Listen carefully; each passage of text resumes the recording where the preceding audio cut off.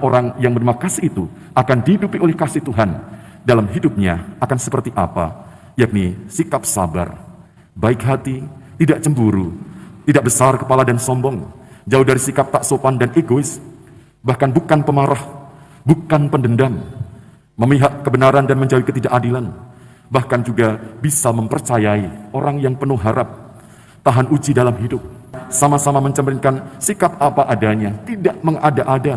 Orang sekarang menyebutnya menjadikan hidup berintegritas, bersikap apa adanya dengan segala kemenuhan yang baik dalam kasih itu dalam hidup kita. Itulah kiranya penerapan kasih zaman saat ini, di mana kita mampu menerima kasih Tuhan dalam situasi apapun juga, dan hidup dalam kasih itu kita akan dimampukan untuk hidup penuh syukur, hidup dengan bahagia dalam situasi apapun juga. Pertama-tama karena anugerah Tuhan yang memampukan itu bagi kita.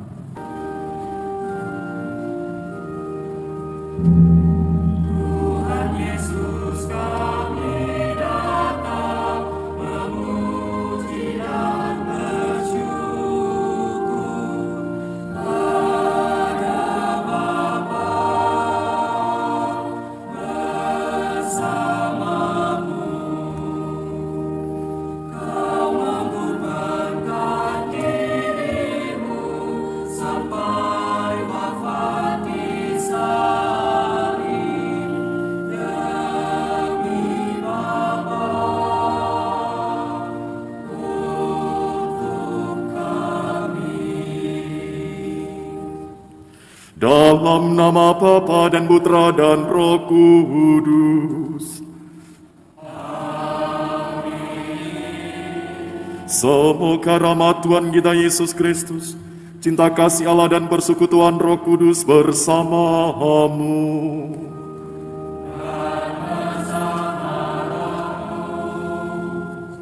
Suster, frater, ibu bapak, saudara-saudari, teman-teman orang muda, anak-anak yang terkasih dalam Tuhan, hari kita bersama dalam peran Ekaristi, kita akan diteguhkan kembali akan sabda Tuhan, betapa berartinya menerima kehadiran Tuhan di dalam kehidupan kita.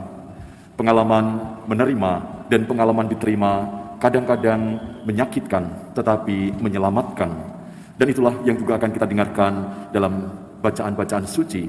Dalam bacaan yang pertama kita akan mendengarkan bagaimana karya keselamatan Tuhan itu hanya terjadi kepada mereka yang menerima kehadiran rahmat itu. Ketika menolaknya, maka tidak akan terjadi keselamatan. Dan demikian juga ketika Yesus menawarkan cinta kasih-Nya, maka tergantung daripada manusia, apakah menanggap cinta kasih itu atau tidak. Ketika menanggapinya, maka kasih itu akan berbuah. Dan itulah yang juga akan kita dengarkan dari surat Santo Paulus untuk hidup berbuah dalam kasih. Saudara-saudari, menyadari akan kelemahan, kerapuan, dan dosa kita, mari kita persiapkan hati kita agar kita layak dan pantas merayakan misteri karya penyelamatan Tuhan. Saya mengaku kepada Allah yang Maha Kuasa dan kepada saudara sekalian bahwa saya telah berdosa dengan pikiran dan perkataan, dengan perbuatan dan kelalaian. Saya berdosa, saya sungguh berdosa. Oleh sebab itu saya mohon kepada Santa Peran Maria, kepada para malaikat dan orang kudus, dan kepada saudara sekalian, supaya mendoakan saya pada Allah Tuhan kita. Semoga Allah yang Maha Kuasa mengasihani kita, mengampuni dosa kita, dan menghantar kita ke hidup yang kekal. Amin. Marilah berdoa. Allah Bapa yang Maha Kuasa dan kekal, Engkau memanggil kami untuk percaya kepadamu sepenuhnya, tetapi setiap kali ternyata kami menjauhkan daripada-Mu. Patahkanlah ketegaran hati kami, dan semangatilah kami dengan kehadiran-Mu, sehingga kami selalu mengarah kepadamu dan melaksanakan sabdamu, yang merupakan undangan bagi semua orang untuk memasuki kerajaan-Mu. Dengan pengantaran Tuhan kami Yesus Kristus Putra-Mu, yang hidup dan berkuasa bersama Dikau dalam persatuan Roh Kudus, Allah sepanjang segala masa.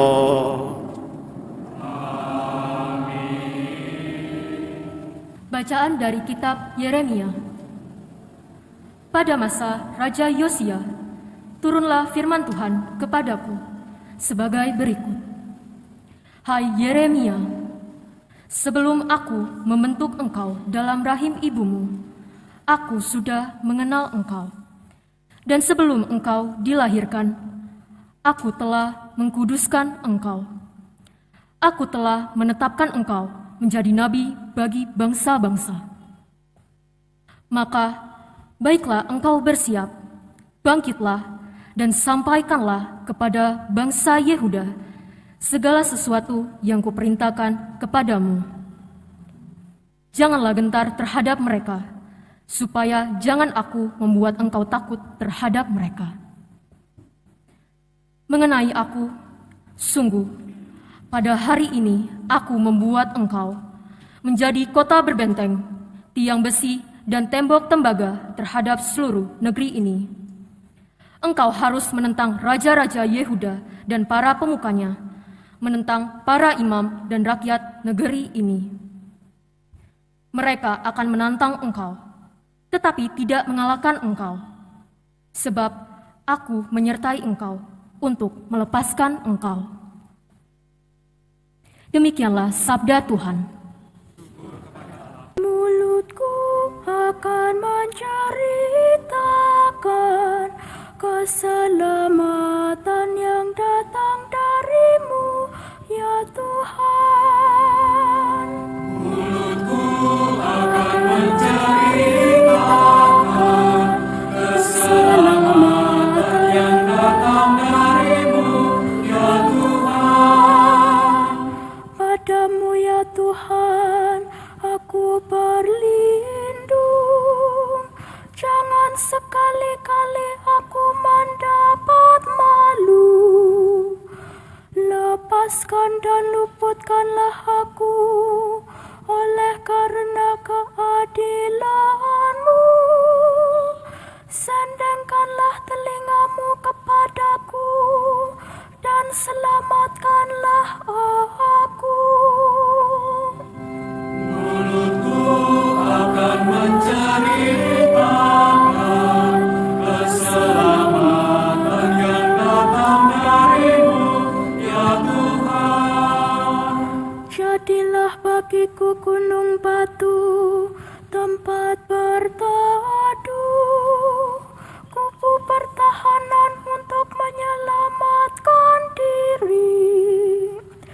Sebab Engkaulah bukit batu dan pertahananku, ya Allahku, luputkanlah aku dari tangan orang fasik.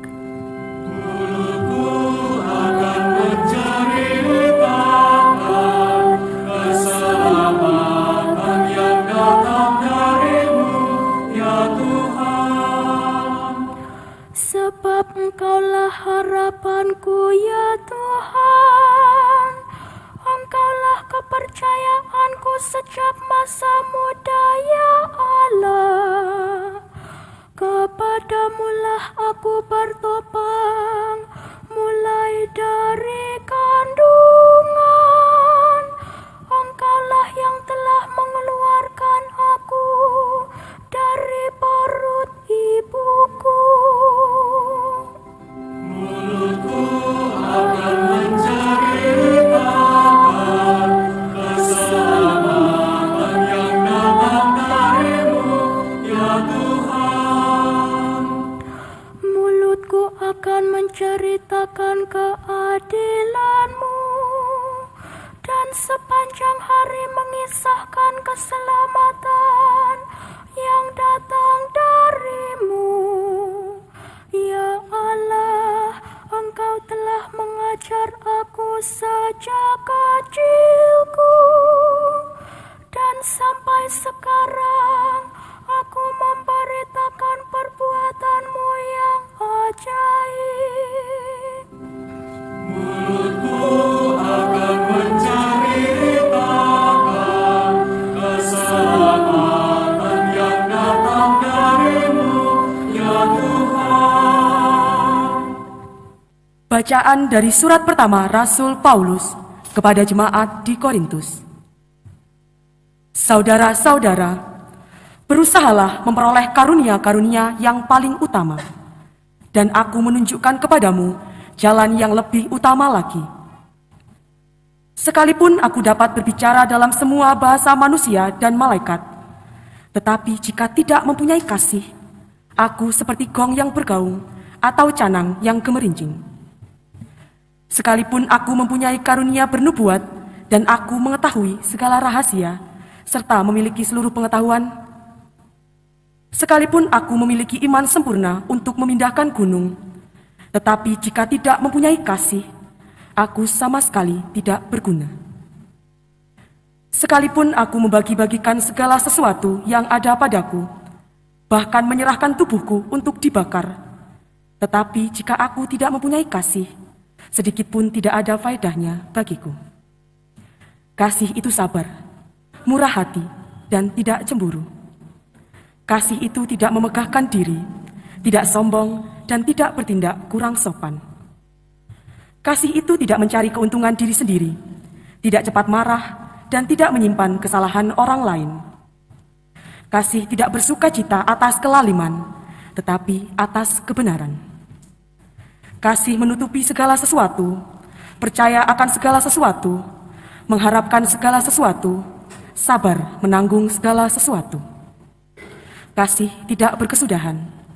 Nubuat akan berakhir, bahasa roh akan berhenti, dan pengetahuan akan lenyap. Sebab pengetahuan kita tidak lengkap, dan nubuat kita tidak sempurna. Tetapi jika yang sempurna tiba, hilanglah yang tidak sempurna itu.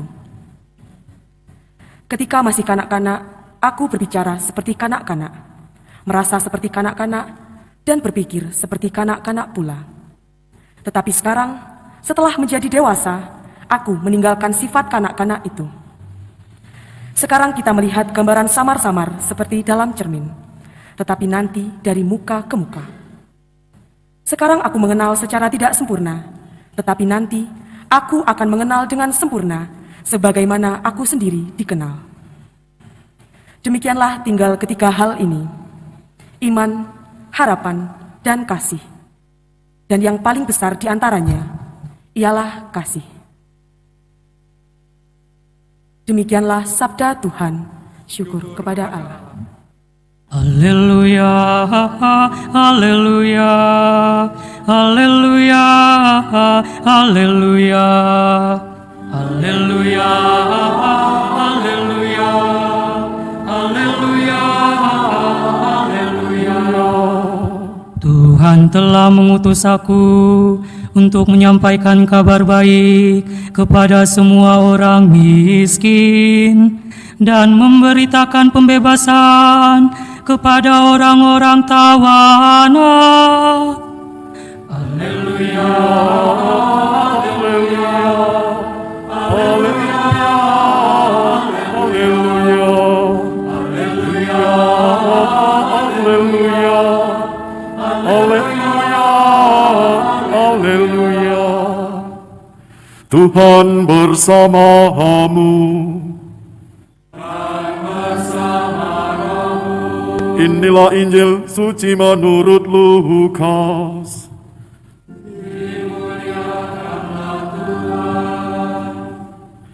Sekali peristiwa, Yesus mengajar orang banyak di rumah ibadah di kota asalnya, katanya, "Pada hari ini digenapilah nas kitab suci pada waktu kamu mendengarnya." Semua orang itu membenarkan dia, dan mereka heran akan kata-kata indah yang diucapkannya. Lalu mereka berkata, "Bukankah dia ini anak Yusuf?"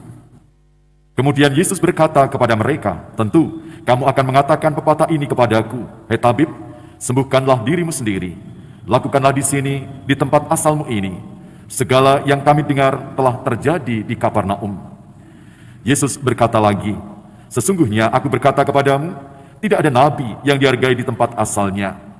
Lagi pula aku berkata kepadamu, dan kataku ini benar, pada zaman Elia terdapat banyak janda di Israel, ketika langit tertutup selama 3 tahun 6 bulan, dan ketika bahaya kelaparan yang hebat menimpa seluruh negeri.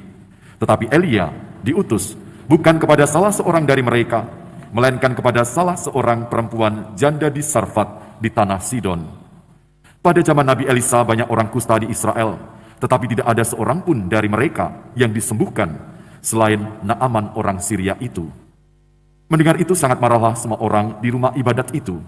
Mereka bangkit, lalu menghalau Yesus keluar kota, dan membawa dia ke tebing gunung tempat kotak itu terletak untuk melemparkan dia dari tebing itu. Tetapi Yesus berjalan lewat di tengah-tengah mereka, lalu pergi. Demikianlah sabda Tuhan.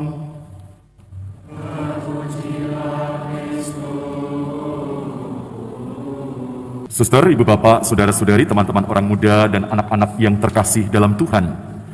Pengalaman menerima dan diterima kadang-kadang menyakitkan tetapi menyelamatkan. Itulah sebagian kehidupan Yesus dan sebagian dari kehidupan kita. Injil hari ini yang kita dengarkan amat erat hubungannya dengan petikan Injil yang dibacakan minggu yang lalu, yakni pengajaran Yesus di sebuah rumah ibadat di Nazaret. Orang-orang terpesona oleh pengajarannya, tetapi mereka juga menginginkan sesuatu yang lebih, yakni supaya Yesus berbuat mujizat di situ seperti di tempat lain, seperti di Kapernaum. Yesus tidak menuruti keinginan mereka. Yesus mengatakan bahwa Yang Maha Kuasa mengutus Nabi Elia untuk menolong seorang janda di tanah Sidon. Juga banyak orang kusta di Israel pada zaman Elisa, tetapi hanya Naaman orang Syria disembuhkan. Mendengar ini semua, marahlah orang-orang yang ada di rumah ibadat itu. Orang-orang yang tadinya mengagumi, bahkan mereka yang menghalau dan menyeret Yesus keluar kota dan mau menjatuhkannya ke dalam tebing jurang. Saudara-saudari yang dikasih Tuhan, mengapa mereka menolak? Mengapa mereka tidak mampu menerima kehadiran Yesus? Yang mereka tangkap ketika Yesus kembali ke Nazaret dan bersama dengan mereka adalah yang mereka kenal, Yesus anak Yusuf. Seandainya orang-orang Nazaret itu menyadari apa yang sedang terjadi, mereka akan merasa sebagai orang-orang yang mestinya menjadi orang yang bahagia. Kenapa mereka bahagia? Mestinya bahagia ketika mampu melihat akan kehadiran Yesus yang tidak hanya sekedar anak Yusuf, anak Maria. Tetapi mereka tidak puas, mereka menjadi marah, mereka menjadi beram dan bermaksud untuk memaksa Yesus supaya membuktikan akan siapa Yesus yang sedang hadir bersama dengan mereka yang sedang membacakan nas dari Yesaya. Maka mereka menuntut kepada Yesus supaya membuat mujizat kembali seperti di kota-kota lain. Padahal mereka, apa yang mereka peroleh sebenarnya jauh lebih besar, lebih khusus dari segala perbuatan yang mengherankan yang terjadi di tempat lain. Karena mereka mengalami perjumpaan secara khusus kepada Yesus.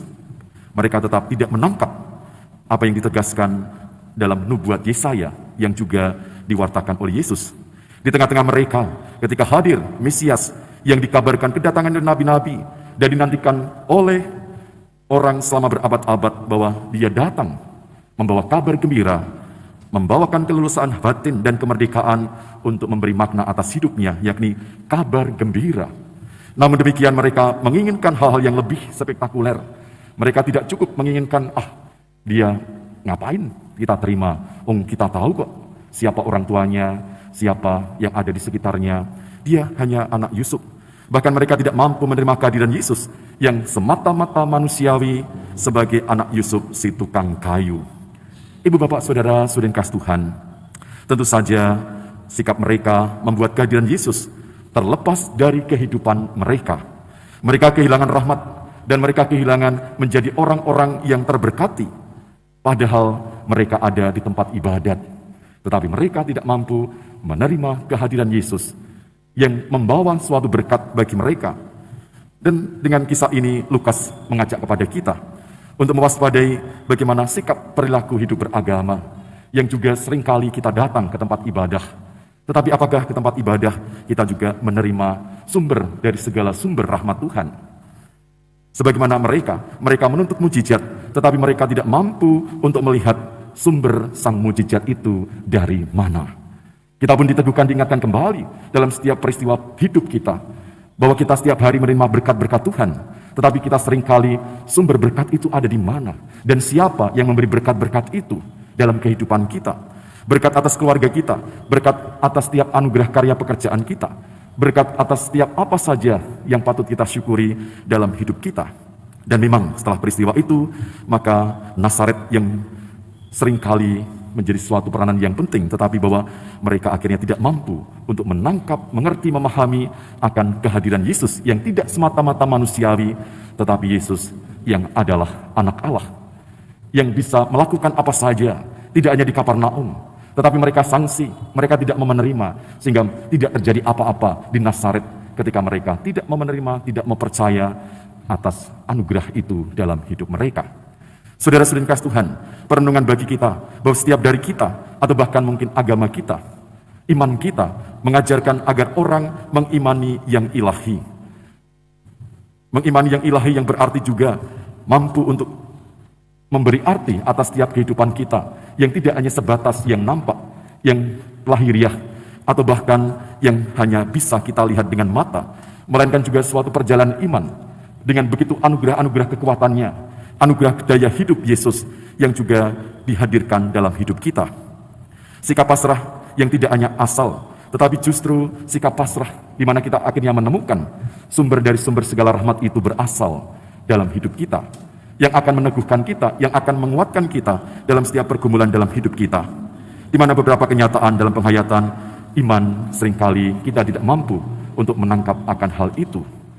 Kita masih ragu, kita masih bimbang untuk percaya kepada Yesus yang mampu melakukan apa saja dalam kehidupan kita. Maka tidak heran kalau iman yang tidak dihayati dengan sungguh dan memiliki agama, tetapi sejauh hanya sebagai sebuah nama, ya Katolik, atau bahkan agama apa saja, tetapi menjadikan sikap hidup yang menjadi fanatik, yang menjadi intoleran bahkan, maka banyak orang tidak mampu melihat rahmat Tuhan dalam hidup dirinya sendiri dan juga dalam hidup sesamanya. Kita boleh belajar dari peristiwa di Nazaret. Setiap orang yang menerima Yesus, dimanapun juga akan mengalami keselamatan, tetapi yang menolaknya, yang tidak mampu menerimanya, maka berkat itu pun tidak akan terjadi. Tuhan Yesus menawarkan akan kasih-Nya, tetapi ketika kita tidak mampu menerima kasih-Nya, maka juga akan tidak terjadi kasih itu berkembang dan bertumbuh dan bahkan berbuah dalam hidup kita. Saudara-saudari, dalam bahasa Santo Paulus dalam bacaan yang kedua, ada kesadaran dalam hidup kita, yakni ada semacam penyakit hidup batin yang kronis. Paulus mengatakan bahwa macam-macam karunia khusus bila tidak disertai perhatian kepada sesama dalam kasih akan tidak bermakna, akan menjadi sia-sia. Kemampuan berbicara bahasa malaikat dan manusia, bisa bernubuat, bahkan dikatakan dalam bacaan tadi, menguasai ilmu yang hebat, iman sempurna, sikap mau berkorban bisa jadi suatu saat tidak lagi dibutuhkan. Akan tetapi menurut Paulus, kasih tidak ada habisnya. Ketika kasih itu ditawarkan dan orang menerima kasih itu, maka kasih akan menjadi kekuatan hidup yang luar biasa. Dalam kasih kita tetap punya pengharapan untuk hidup bahagia dan penuh syukur. Pertama-tama karena kita menerima kasih Tuhan itu dan tidak menolaknya menjadi bagian kehidupan kita.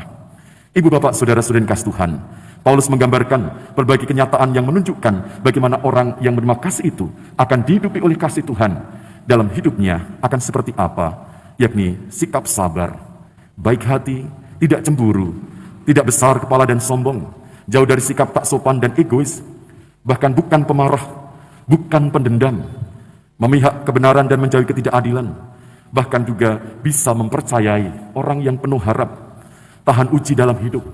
Saudara-saudari, daftar ini tentu dapat diperpanjang, namun semuanya sama-sama mencerminkan sikap apa adanya, tidak mengada-ada. Dalam bahasa orang sekarang, mungkin kita bisa menyebutnya menjadikan hidup berintegritas, bersikap apa adanya dengan segala kemenuhan yang baik dalam kasih itu dalam hidup kita. Itulah kiranya penerapan kasih zaman saat ini, di mana kita akan dimampukan membawakan keluasan batin yang dihayati secara apa adanya, di mana kita mampu menerima kasih Tuhan dalam situasi apapun juga, dan hidup dalam kasih itu kita akan dimampukan untuk hidup penuh syukur, hidup dengan bahagia dalam situasi apapun juga. Pertama-tama karena anugerah Tuhan yang memampukan itu bagi kita.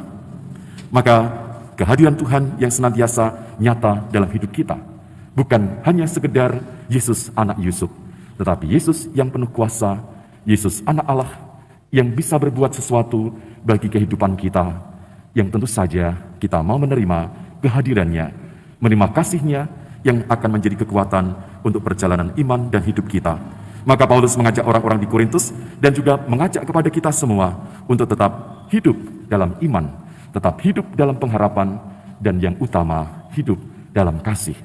Orang yang senantiasa menerima Yesus, hidup dalam kasih-Nya, akan bertumbuh kembang dalam imannya, tetapi juga tetap memiliki pengharapan. Saudara-saudari, pengharapan tidak sama dengan optimisme.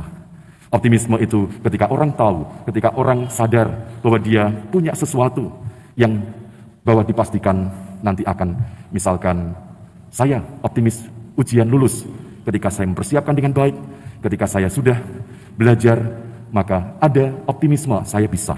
Tetapi pengharapan belum tentu bahwa kita mungkin yang rasanya tidak mungkin tetapi menjadi mungkin, di mana orang tetap memiliki pengharapan akan setiap anugerah Tuhan. Mari saudara-saudari, kita persembahkan keluarga kita, hidup karya pekerjaan kita, dan apapun juga peristiwa-peristiwa kehidupan kita menjadi peristiwa iman. Kita mau siap untuk menerima dan diterima sebagaimana kita diterima oleh Tuhan dan kita menerima Tuhan Yesus. Pengalaman menerima dan diterima kadang-kadang menyakitkan tetapi menyelamatkan. Tuhan memberkati. Amin. Marilah mewartakan misteri iman kita. Setiap kali kami makan roti Ini dan minum dari piala ini, wafat-Mu Tuhan kami wartakan hingga Engkau datang. Hendaklah wajah-Mu berseri bagi hamba-Mu dan selamatkanlah aku demi belas kasih-Mu. Tuhan, aku tak akan dipermalukan sebab kepadamu lah aku berseru. Marilah berdoa. Allah Bapa kami di surga, kami bersyukur karena Engkau berkenan menghimpun semua orang dari segala bangsa di rumah-Mu. Singkirkanlah kiranya dari tengah kami segala sesuatu yang dapat memisahkan kami satu sama lain. Dan semoga berkat kebaikan dan keadilan-Mu dunia ini menjadi tempat tinggal yang lebih layak demi Dia, batu sendi yang persatukan kami, sebab Dialah yang hidup dan berkuasa sepanjang segala masa.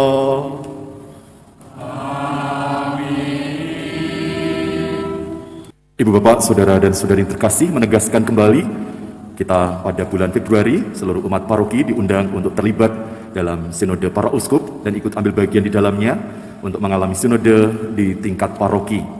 Maka kita berharap bahwa semua umat terlibat, mulai dari anak-anak, remaja, OMK, dewasa, dan juga yang sudah lanjut usia. Dan semua saja nanti akan diundang untuk terlibat di dalamnya oleh tim sinode paroki, yang tentu saja hasilnya nanti akan disampaikan ke dekenat. Setelah dari dekenat nanti akan disampaikan ke Kusupan. Kusupan akan menyampaikan ke Konferensi Wali Gereja Indonesia, dan Konferensi Wali Gereja Indonesia akan menyampaikan ke Roma. Maka mari kita dukung sinode para uskup pada tahun 2021 sampai dengan 2023, di mana kita boleh terlibat di dalamnya, yakni 3 hal yang dipesankan oleh Bapak Paus, yakni perjumpaan, mendengarkan, dan diskresio, atau paling tidak sebuah permenungan apa yang bisa kita lakukan setelah kita berjumpa, kita saling mendengarkan dalam perjumpaan, dalam kelompok-kelompok, perjumpaan keluarga, dan lain sebagainya. Maka kita mohon rahmat Tuhan, semoga sinode berjalan dengan lancar dan baik. Dan mari kita akhiri perayaan Ekaristi dengan mohon berkat Tuhan. Tuhan bersamamu.